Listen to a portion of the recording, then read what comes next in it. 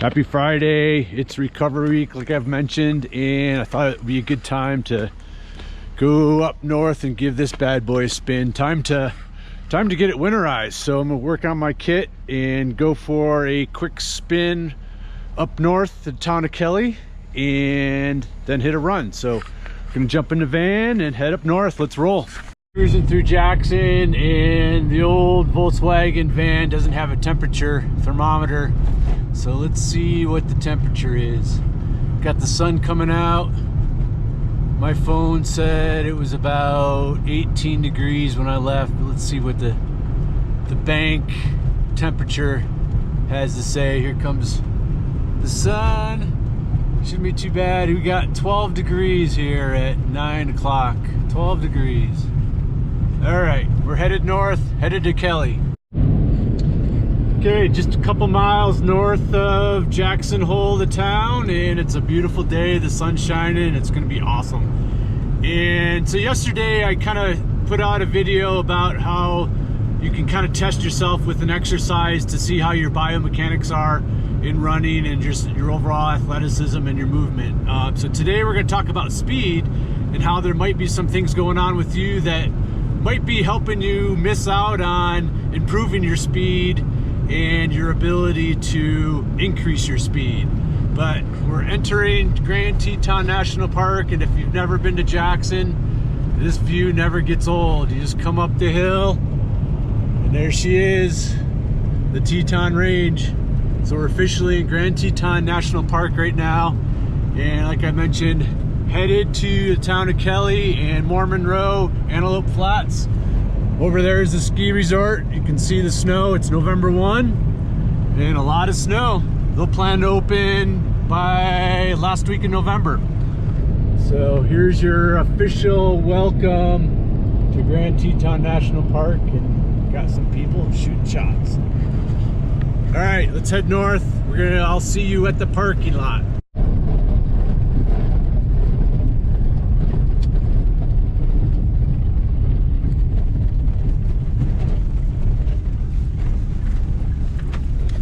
All right, here's our home base for today. I'm just gonna find a good spot. Finally, the van is warm enough, just enough to shut it off. So I'm gonna park in the sun here. What a day. Okay, here's the plan. I'm gonna get ready for a bike. I'm gonna do about an hour bike ride. This is Grand Teton National Park, Mormon Row. This is where some of the first settlers created their homesteads, and now is a historical site. So we'll cruise down there and I'll show you some of those homesteads. And then I'm gonna come back and do about a 30-minute run after the bike. And during that bike, or during the run, we're gonna do some demonstration to, again, like I mentioned, talk about speed. But first, two things I wanna cover. There's two ways to get speed. One is our cadence, and I've talked about this before in other videos, but first one is our cadence. So the quicker we move our feet, the more we can gain speed. Secondly, how we gain speed is our distance per stride. Obviously, the longer the stride, or the more importantly, the more the distance per stride, the faster we'll run. And we want to mesh those two. We want to mesh cadence with distance per stride. An important piece with the distance per stride, you still want to have good form. You don't want to reach out and heel strike to create longer distance. So meshing cadence with speed, or with distance per stride, is how you create more speed. And what we're going to talk about today is what might be going on with you that might be limiting your ability to improve your speed. Okay, so we'll have some diagnostic exercises, some diagnostic points and tips that I will provide that will help you see how proficient you can be with how your body moves to continue to improve your speed. So, all right, I'm gonna get ready for the bike and we're out of here. Let's go.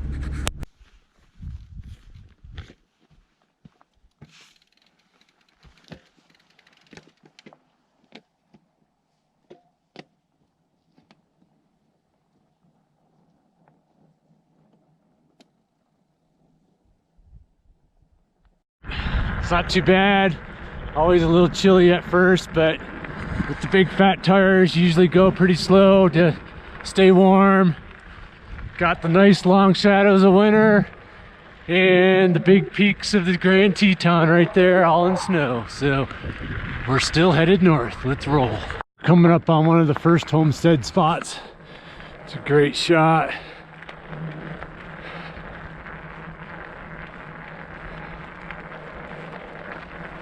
Ironically, this road and these homesteads are some of the most visited parts of Grand Teton National Park. And these barns are some of the most photographed barns in the world. So very popular place. All right, we're gonna head across the street, one last homestead, and get on with the ride.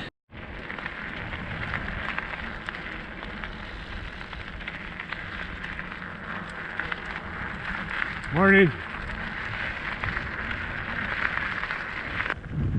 Can't believe there's hardly nobody here. Must be too cold for them. Again, Mormon Row. This was established, settled in the late 1800s. Here's the barn. Here's the most popular barn.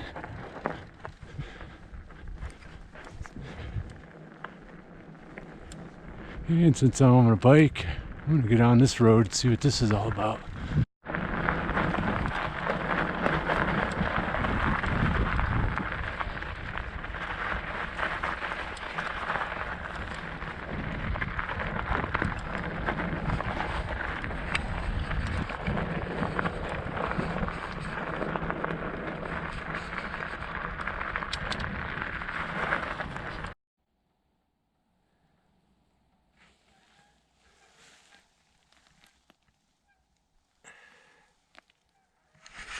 I was wondering if I was supposed to be out here. This is on parkland, and usually they're not too friendly for bikes. But I didn't think about bear. But I think it's a good time to turn around anyways and do my loop. What a gorgeous day. Man, it doesn't get any better.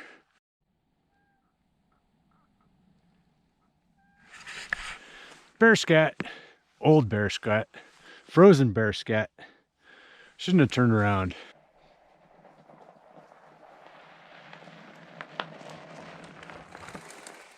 Fun! First winter ride of the season's in the legs. It's time to run.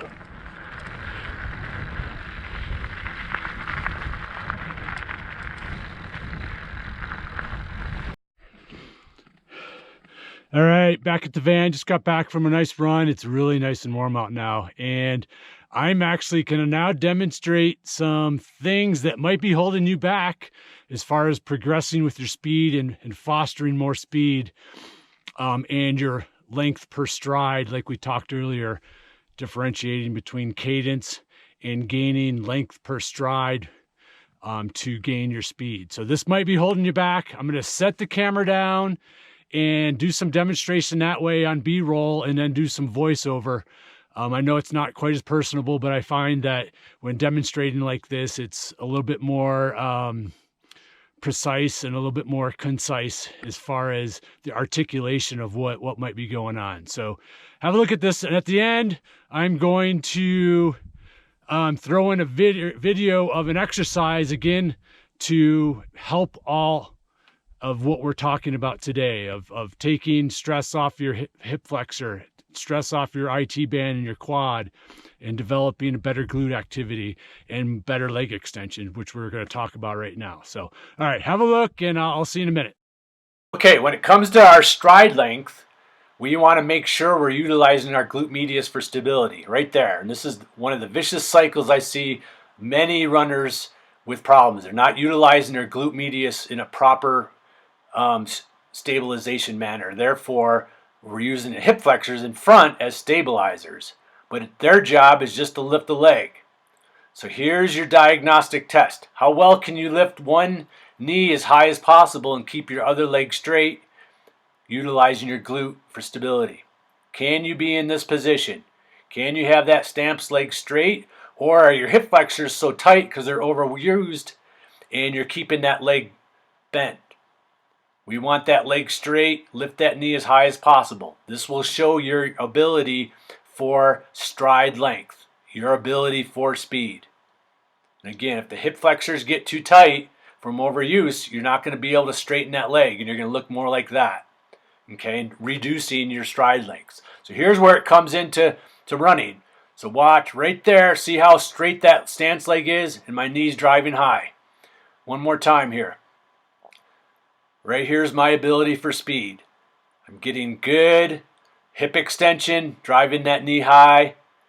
And here's a wonderful exercise, skipping for height, to help get that get that leg extension and hip extension to improve your length per stride. Driving that knee up, good leg extension. Here it is again. Again, notice how my leg goes straight, my knee drives up. This is a great exercise to help develop that. And here it is again. Again, we want to use our glute medius for stability so our hips don't rock back and forth. And if we're not getting that for a variety of reasons, we're going to pull in the hip flexors for stability, which causes them to overwork and will be tight. Okay, so here's your test again, right there. Can you be in that position, or is your leg more bent? And that's going to, again, let you know how much you have the ability to improve your speed and stride length. Okay, tight hip flexor is going to impede that. So and with the tight hip flexors, your knee's going to go forward, and you're going to use your quads and your IT band and overuse them as well and get tight. So here it is. You look like that, or can you really extend that hip and get that leg extension? Okay, it's all about the hip flexor there. All right. So there you go. Like I said, that's just another simple test for you to kind of demonstrate where you're at. Do you have tight hip flexors? Are you overusing your quad and your IT band and losing glute activity, whether it's from another purpose of maybe you sit too much, or you have poor foot strike, because again, foot strike's going to really dictate our glute activity and stabilization, and maybe you just got to work on your form. But I'm going to end you with this exercise that you can try. Again, use the fit ball. The fit ball is there to really help you have awareness of what your hips are doing. So again, another great exercise as a diagnostic. The more challenging it is for you, the more you should do it. And again, it's the corrective exercise in itself. So have at it. Again, thanks again for coming, and we'll see you next time. Ciao. See ya. Okay, here's the fit ball lunge. So always do this barefoot. Start off with poles so you can really perfect the movement. You're driving the ball leg back, getting hip extension, and then coming up and extending that leg right there, just like we showed in the other videos. Okay, so use the poles as a way to progress. You can ditch the poles and just use your arms like you would be running. And then the next one would be to put your arms overhead or behind your head and try to perform this without poles and arms behind the head. And then if you're really looking for challenge and really taking it to the next level, you can use a stability disc similar to what I have here, or even maybe a Bosu with the blue side down. But this is I'm just on my forefoot here. And again, this is super challenging. And now again, the use of the ball really lets you know what your hips are doing. If the ball spins out to your side, you know you're not getting hip stability. Okay, so the ball, using this in the exercise, is allowing you to know what your hips are doing while you're running. Are they stable? Okay, and again, if the ball moves to the side, that means you're not getting a lot of stability. And again, this exercise in itself is the corrective exercise. So again, use this as a diagnostic. Go back to the first one with the barefoot on the floor and just see how well you can perform this, and then get better through time and progress and find a way to make it more challenging, taking away the poles or adding a stability disc for that stance leg. Okay, super challenging.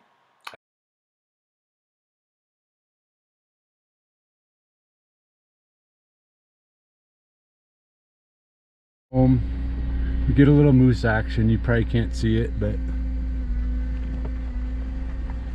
Nice moose. Nice moose. Happy Friday.